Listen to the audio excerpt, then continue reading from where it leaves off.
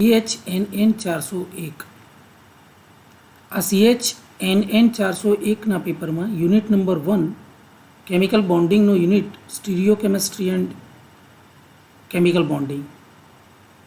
તો દોસ્તો એમાં આવતો આ વોલ્સ ડાયાગ્રામ અને બેન્ટ રૂલ, જેના આધારે અને જે યુનિટમાંથી આપ સર્વે મિત્રોને ઓનલાઈન એક્ઝામમાં મદદરૂપ થઈ શકે એવા શોર્ટ ક્વેશ્ચન્સ અને MCQs આ વિડીયોમાં હું આપની સમક્ષ મૂકી રહ્યો છું.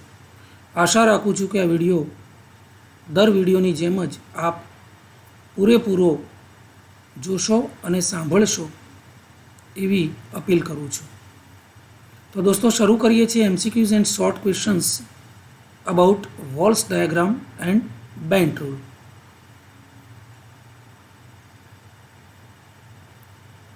દોસ્તો એમાં પહેલો ક્વેશ્ચન છે, vote is Walsh correlation diagram.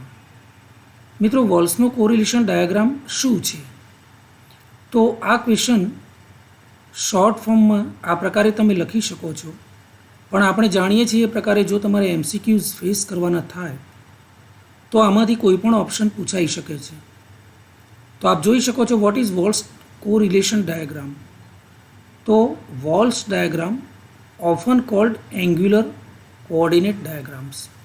Walls ડાયાગ્રામનું બીજું નામ છે angular coordinate diagram or correlation diagram. એને કેટલીક વખત કોરિલેશન ડાયાગ્રામ તરીકે પણ ઓળખવામાં આવે છે.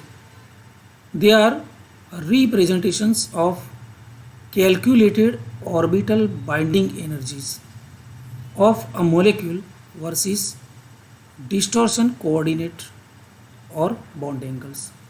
મિત્રો, વોલ્સ ડાયાગ્રામ શું છે? તો વોલ્સ ડાયાગ્રામ જે છે એને કોઓર્ડિનેટ ડાયાગ્રામ તરીકે, એંગ્યુલર કોઓર્ડિનેટ ડાયાગ્રામ તરીકે પણ ઓળખવામાં આવે છે. એનું બીજું નામ છે કોરિલેશન ડાયાગ્રામ. બટ અહીંયા બીજા ઓપ્શનમાં આવું પણ પૂછ્યું હોય MCQsમાં તો તમે આવો પણ જવાબ લખી શકો છો. They are representations. Walsh diagram is a representations. શેનું રિપ્રેઝન્ટેશન છે?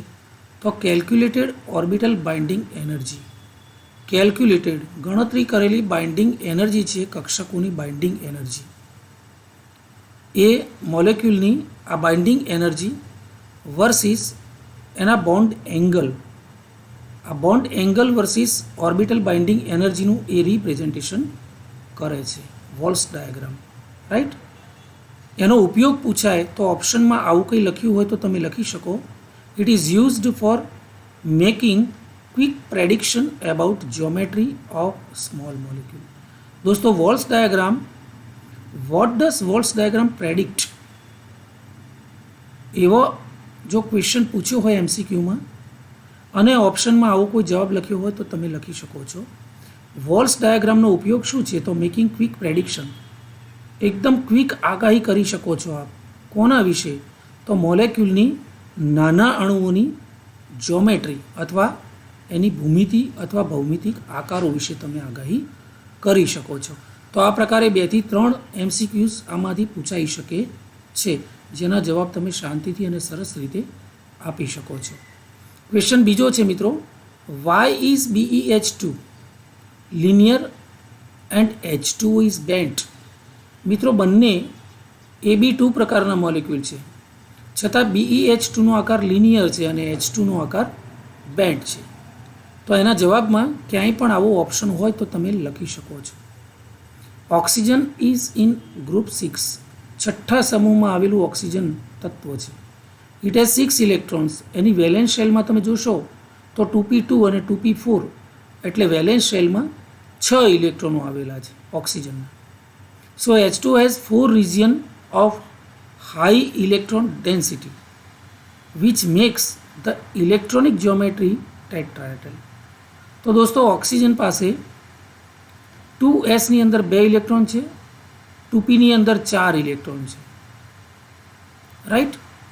હવે જો એમાં sp3 હાઇબ્રિડાઇઝેશન એક્સપિરિયન્સ થતું હોય ઓક્સિજનની વેલેન્સ શેલમાં, તો 2 લોન પેર અને બોન્ડ પેર 2 એવો H2નો મોલેક્યુલ એ બનાવી શકે છે. સો H2O is bent in shape. પણ BeH2 પાસે આવી કોઈ ફેસિલિટી નથી. BeH2ની સ્ટેબિલિટી મેક્ઝિમમ લિનિયર એટલે કે 180 બોન્ડ એંગલે થાય છે. ઓકે, તો ઓક્સિજન પાસે વેલેન્સ શેલમાં જે 6 ઇલેક્ટ્રોન છે એની ઉપર ડિપેન્ડ કરે છે આ હાઇબ્રિડાઇઝેશન, અને ઓક્સિજન sp3 હાઇબ્રિડાઇઝ બને છે. The two sets of unshared electrons જેણે બંધમાં ભાગ નથી લીધો એવા 2 ઇલેક્ટ્રોન યુગ્મો છે, અને it max it a distorted tetrahedron. એટલે કે ટેટ્રાહેડ્રલમાંથી ડિસ્ટોર્ટેડ ટેટ્રાહેડ્રોન, કારણ કે 2 લોન પેર વચ્ચેના અપાકર્ષણો અને 2 બોન્ડ પેર છે, એટલે લોન પેર વચ્ચેના અપાકર્ષણો અને બોન્ડ પેર વચ્ચેના અપાકર્ષણો અહીંયા ભાગ ભજવે છે. એટલે એ રેગ્યુલર ટેટ્રાહેડ્રલમાંથી ડિસ્ટોર્ટેડ ટેટ્રાહેડ્રોનની જ્યોમેટ્રી ધરાવે છે, એટલે કે બેન્ટ આકારનો હોય છે. રાઈટ, થોડી હિન્ટ આપવાનો પ્રયત્ન કરું. H2O તો આપ જાણો જ છો કે બેન્ટ છે જ વી શેપનો. જ્યારે BeH2 આ પ્રકારે બેરિલિયમનો અણુ અહીંયા જોઈ શકો છો આપ, sp હાઇબ્રિડાઇઝ થતો હોય. sp બેરિલિયમ BeH2માં બેરિલિયમ સેન્ટર એટમ છે, અને એમાં જો sp હાઇબ્રિડાઇઝેશન થતું હોય તો 2 સંકૃત કક્ષકો આ પ્રકારે બને છે, જેની એક સંકૃત કક્ષક આ હાઇડ્રોજન સાથે અને આ સંકૃત કક્ષક આ હાઇડ્રોજન સાથે. એવી રીતે અહીંયા 2 સિગ્મા બોન્ડ અને એક રેખસ્થ લિનિયર આકારે ગોઠવાઈ અને 2 સિગ્મા બોન્ડ ફોર્મ કરે છે. So BeH2 is a linear, એની સ્ટેબિલિટી લિનિયર શેપમાં મેક્ઝિમમ છે, જ્યારે H2Oની સ્ટેબિલિટી બેન્ટ આકારે મેક્ઝિમમ છે. તો આમાંથી કોઈ પણ પ્રશ્ન MCQના ફોર્મમાં પૂછાય તો આપ આ સ્લાઇડ જોઈ અને એનો આન્સર બહુ સરળતાથી આપી શકો છો. Question number 3, is H2S bend? મિત્રો H2S પણ H2ની જેમ બેન્ડ છે? તો answer is the molecular geometry of H2S is bent. H2Oના જેમ જ H2S બેન્ટ આકારનો છે. Another important point is the electron geometry of H2S which is tetrahedral. તો મિત્રો અહીંયા પણ સલ્ફર એટમમાં સલ્ફરની વેલેન્સ શેલમાં sp3 હાઇબ્રિડાઇઝેશન થાય છે, જેના પરિણામે અણુ ટેટ્રાહેડ્રલ શેપ ધારણ કરે છે. પરંતુ આપ જાણો છો એ પ્રકારે સલ્ફર પાસે પણ 2 લોન પેર ઇલેક્ટ્રોન, બિલકુલ H2Oના ઓક્સિજનની જેમ જ અહીંયા પણ 2 લોન પેર આવેલી છે, જેમાં લોન પેર વચ્ચે અપાકર્ષણો થાય છે. લોન પેર અને આ બોન્ડ પેર વચ્ચે પણ અપાકર્ષણ થાય છે. સિમિલરલી આ બોન્ડ પેર અને બોન્ડ પેર વચ્ચે પણ અપાકર્ષણ થાય છે. So this regular tetrahedral becomes distorted tetrahedral, અને અણુનો આકાર બેન્ટ H2Oના જેવો જ બને છે. એટલે અહીંયા પણ MCQs ઘણી બધી રીતે પૂછી શકે. H2 અણુનો આકાર જણાવો, નીચેનામાંથી કયો ઓપ્શન હશે? તો જો એમાં બેન્ટ ઓપ્શન હોય તો આપ લખી શકો છો કે molecular geometry of H2S is bent. બીજો એક ઓપ્શનલ ક્વેશ્ચન, અહીંયા મલ્ટિપલ ચોઇસ ક્વેશ્ચન એ પણ પૂછી શકે કે H2Sના અણુમાં કયા પ્રકારનું સંકરણ જોવા મળે છે? તો તમે જવાબ લખી શકો ટેટ્રાહેડ્રલ ત્યારે જ બને જ્યારે એમાં સલ્ફરમાં sp3 હાઇબ્રિડાઇઝેશન થતું હોય. અને ત્રીજો MCQ એવો પણ પૂછી શકે કે how many loan pairs in H2S? તો અહીંયા તમે લખી શકો છો કે there are 2 lone pairs in H2S molecules. Okay. Question number 4, is BF3 linear or bent? હવે BF3ની વાત છે તો the geometry of BF3 molecule is called trigonal planar. ત્રિકોણીય પિરામિડ જેવી છે, અને ટ્રાયગોનલ પ્લેનર ત્રિકોણીય સમતલ છે. આ સમતલીય ત્રિકોણ છે, પિરામિડલ નહીં, સોરી. ટ્રાયગોનલ પ્લેનર એટલે કે ત્રિકોણાકાર અને સમતલ, તો સમતલીય ત્રિકોણ છે. The fluorine atoms are position at the vertex of an equatorial triangle. 3 fluorine પરમાણુ ત્રિકોણના 3 ખૂણા ઉપર 120ના બોન્ડ એંગલે ગોઠવાયેલા છે, અને ઓલ 4 એટમ્સ લાઈ ઇન ધ સેમ પ્લેન. તો આ B અને 3 ફ્લોરાઇડ એટલે એક સમતલીય ત્રિકોણમાં જ આ 4 પરમાણુઓ ગોઠવાયેલા છે. તો મિત્રો અહીંયા પણ MCQs ઘણી બધી જગ્યાએથી નીકળી શકે.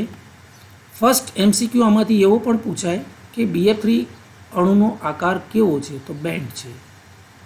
એની જે ઇલેક્ટ્રોનિક જ્યોમેટ્રી છે એ કેવી છે?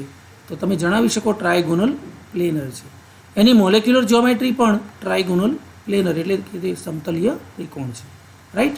અને ત્રીજો ક્વેશ્ચન એમસીક્યુઝમાં એવો પણ પૂછાય કે BF3ના અણુમાં in BF3 what is the bond angle FBF? તો તમે ઓપ્શનમાં આપ્યો હોય તો લખી શકો ઇટ ઇઝ 120 ડિગ્રી. ઓકે, તો આ પ્રકારે short question as well as MCQs તમે આ દરેક સ્લાઇડોમાંથી આ પ્રકારે શોધી અને એક સરસ નોટબુક તૈયાર કરી શકો છો. તો આ પ્રકારે હિન્ટ મિત્રો જોઈ શકો છો આપ. BF3નો મોલેક્યુલ આ બોરોન પરમાણુ sp2 સંકરણ અનુભવે તો 3 સંકૃત કક્ષકો, there are 3 hybridized orbitals as B boron experience sp2.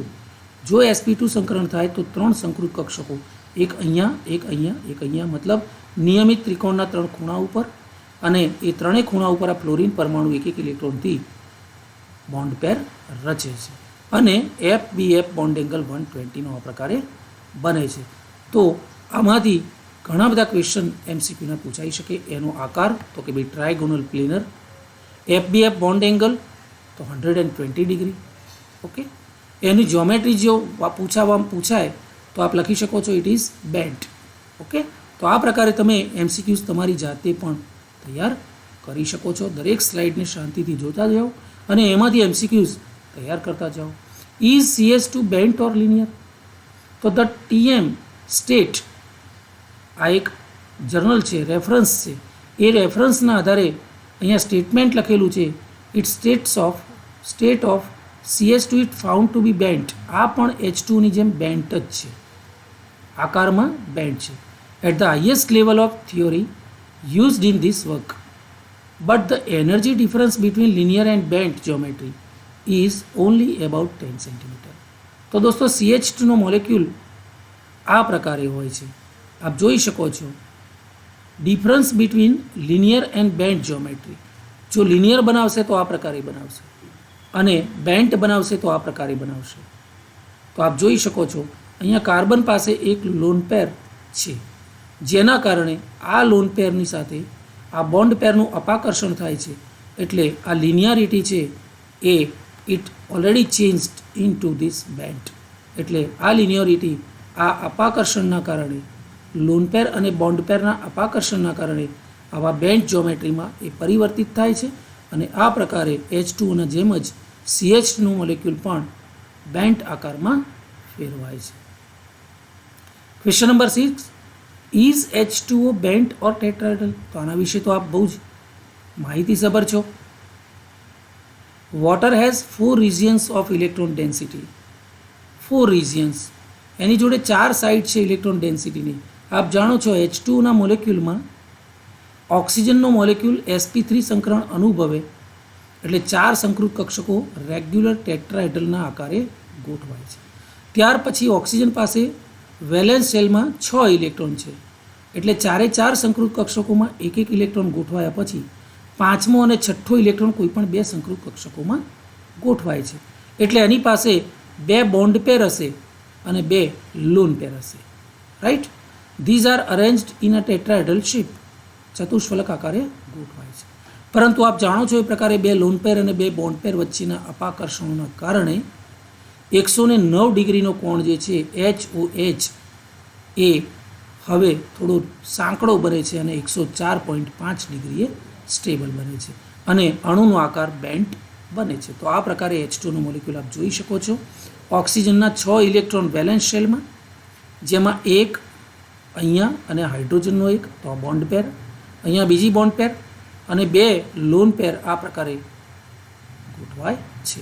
એટલે અણુની ઇલેક્ટ્રોનિક જ્યોમેટ્રી ટેટ્રાહેડ્રલ છે, જ્યારે મોલેક્યુલર જ્યોમેટ્રી જે છે એ બેન્ટ આકારે વી શેપમાં ગોઠવાય છે. Question number 7, what has bent shape? મિત્રો બેન્ટ આકાર કયા કયા અણુ પાસે હોય છે? તો આપ જાણો જ છો sp3 હાઇબ્રિડાઇઝેશન જો થતું હોય કોઈ અણુમાં અને એ અણુમાં 2 લોન પેર ઇલેક્ટ્રોન યુગ્મો બાકી રહેતા હોય તો એવા અણુનો આકાર હંમેશા બેન્ટ એટલે કે વી શેપમાં બને છે અને આ બે લોન પેરના કારણે therefore bent shape or V shape બને છે. ફોર એક્ઝામ્પલ H2O નો મોલેક્યુલ, SO2 નો મોલેક્યુલ, તો આ બધા ઉદાહરણો બેન્ટ આકારના અણુના છે. SO2માં પણ અહીંયા સલ્ફર જે છે આ સલ્ફર એમાં sp3 સંકરણ થઈ અને ટેટ્રાહેડ્રલ બને છે. ત્યાર પછી સલ્ફર પાસે બે લોન પેર અહીંયા ખાલી પડી રહે છે જેના આધારે લોન પેર અને બોન્ડ પેર વચ્ચેના અપાકર્ષણોથી અણુ બેન્ટ આકારે ગોઠવાય છે. Okay. Question number 8, Walsh diagram often called. Walsh ડાયાગ્રામને મિત્રો કયા કયા નામથી ઓળખવામાં આવે છે?